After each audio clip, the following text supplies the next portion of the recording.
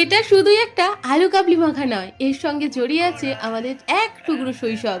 জানো, যখন মাঠে নতুন আলু উঠতো, তারপর কিছু আলু মাঠেই পড়ে থাকতো, ছোট্ট ছোট্ট আলু। আর ওই ছোট্ট ছোট্ট আলুগুলোকেই আমরা সবাই মিলে কুড়িয়ে এনে আলু কাবলি মাখা করতাম।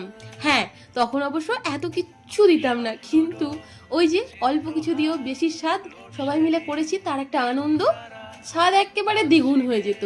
তোমরা কে কে আলু কাবলি মাখা খেতে ভালোবাসো, বা তোমাদের যদি কোনো মেমোরেবল ঘটনা থেকে থাকে জীবনে আলু কাবলি নিয়ে, তাহলে অবশ্যই আমি কমেন্ট করে জানিও। শৈশবের গণ্ডি তো অনেক কাল আগেই পেরিয়েছি, কিন্তু ওই যে স্মৃতি, ওটা তো মনের মণিকোঠায় সারা জীবন থাকবে।